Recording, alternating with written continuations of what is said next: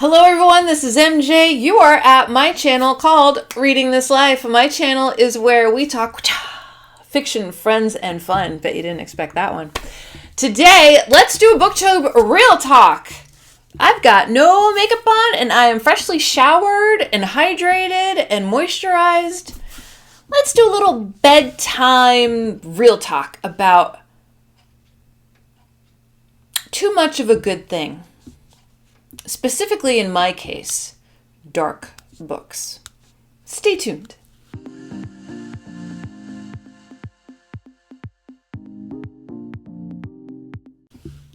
And remember, before we get started, if you would please, I would appreciate one of these. So you all know that I'm doing, most of you know, hi, I'm MJ. You may not know I'm doing the Read What You Own challenge. And I finished book 20 today. And book 20 really gave me perspective as to some of the stuff that I've been reading. And I personally need to turn it around just a little bit because I need to start turning stuff around because I find myself today specifically, I'm in a funk. That book, I finished The Laws of the Skies. I believe it's a French author. I don't know the name offhand. Extremely unsettling. It's an unsettling book. There are times in the book that I wanted to reach through and grab the characters and pull them out. I'm not a mother. Motherly instincts came out in me in this book. The ending of the book was brutal. Absolutely brutal. It weighed heavy on me. And literally, so I did the audiobook for this. And it was like the last 5 minutes. And the last 13 minutes of the book are just horrific.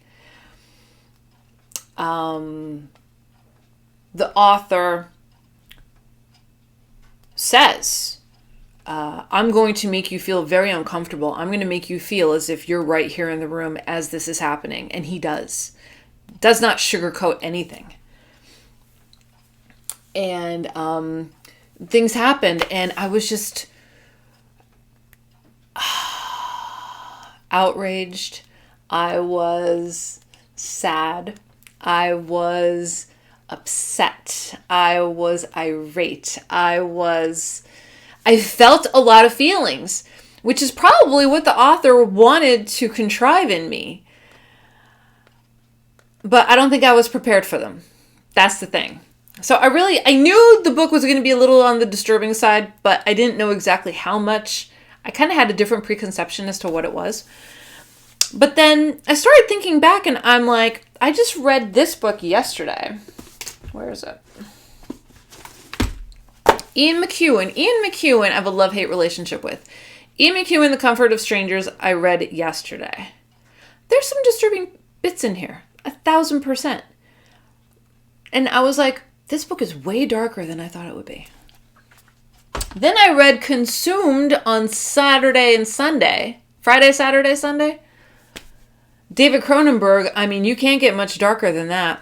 So I think that I've had a little too much of a good thing. And I need to pump the brakes. And I need to get into something else. Because those three were like a trifecta that affected me today. Yeah. And it takes a lot for a book to affect me. But I think the compounding of the stories and the fact that I'm reading them so soon, so back to each other, it's bringing on this energy that I'm just not used to. Okay. So yeah, can you have too much of a good thing? So I'm posing this question to other genres. So romance people, can you have too much?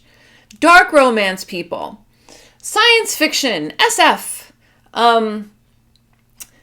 historical fiction, nonfiction. Do you ever just like say, oh, enough. Time for a break. Comment down below and let me know. I'd like to get a conversation started about this. So, yeah. So specifically for me, like the books that I've read, I don't know what consumed falls under the Cronenberg book, but this, The Comfort of Strangers, this does not fall under horror. You would not find this in a horror section. This is more literary fiction, but it's dark. It is dark. It's dark as A Little Life. A Little Life is dark, right? A Little Life is disturbing. You wouldn't find that in the horror section, but it is horrific.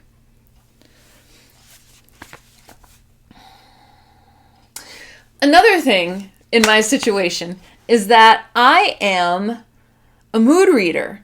So I go for whatever my mood fancies. And those books have just been, eyeing me up.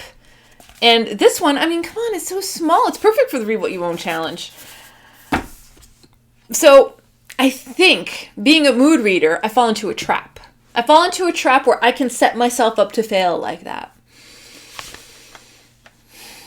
I think when it comes to possibly reading more either horror books or dark books that I think are dark, I think that's when I need to create, I'm going to say it, a TBR. Yeah.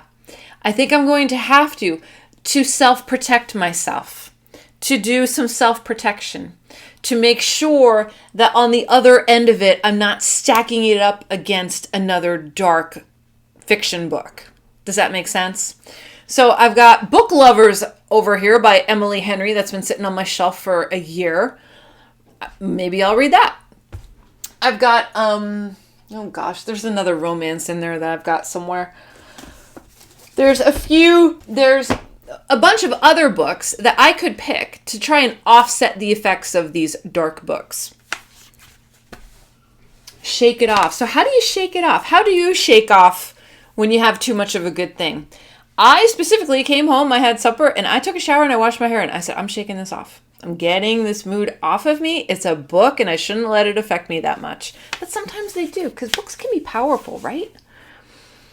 And like I said, dark books are different than horror because it's not specifically saying that it's a horror book, but the elements in it are heavy and dark and can really play on our emotions.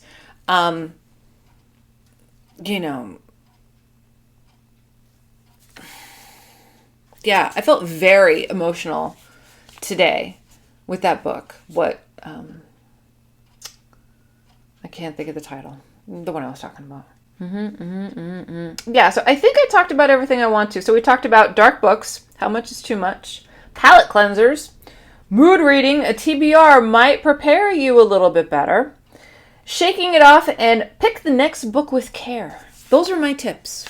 So yeah, let's just do a quick video and let me know your thoughts. Let me know your thoughts on dark fiction, dark books. Books that you go into and you're not really prepared for it, but then while you're in it, stuff is happening and it has that cloud over it. That's the only way that I can explain it. So let me know in the comment section down below. I'd be really curious to find out. So, I don't know what I'm going to read next. I was going to read this one, which is Let the Woods Keep Our Bodies.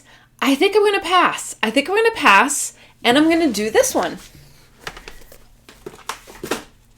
I think I'm going to do Patti Smith Devotions. I think that's a good palate cleanser. It's short, and who doesn't love Patti Smith, right? So I think it's going to be good. Yeah. That's my pick. So comment down below and let me know what your palette cleanser would be. All right, everyone, that's it here from me. I feel so much better now just talking to you guys. I hope everyone's doing well. Make sure that you take care of yourself so you can take care of others. And I'll see you in my next video, whether that be sooner or later. So until next time, everyone, goodbye for now.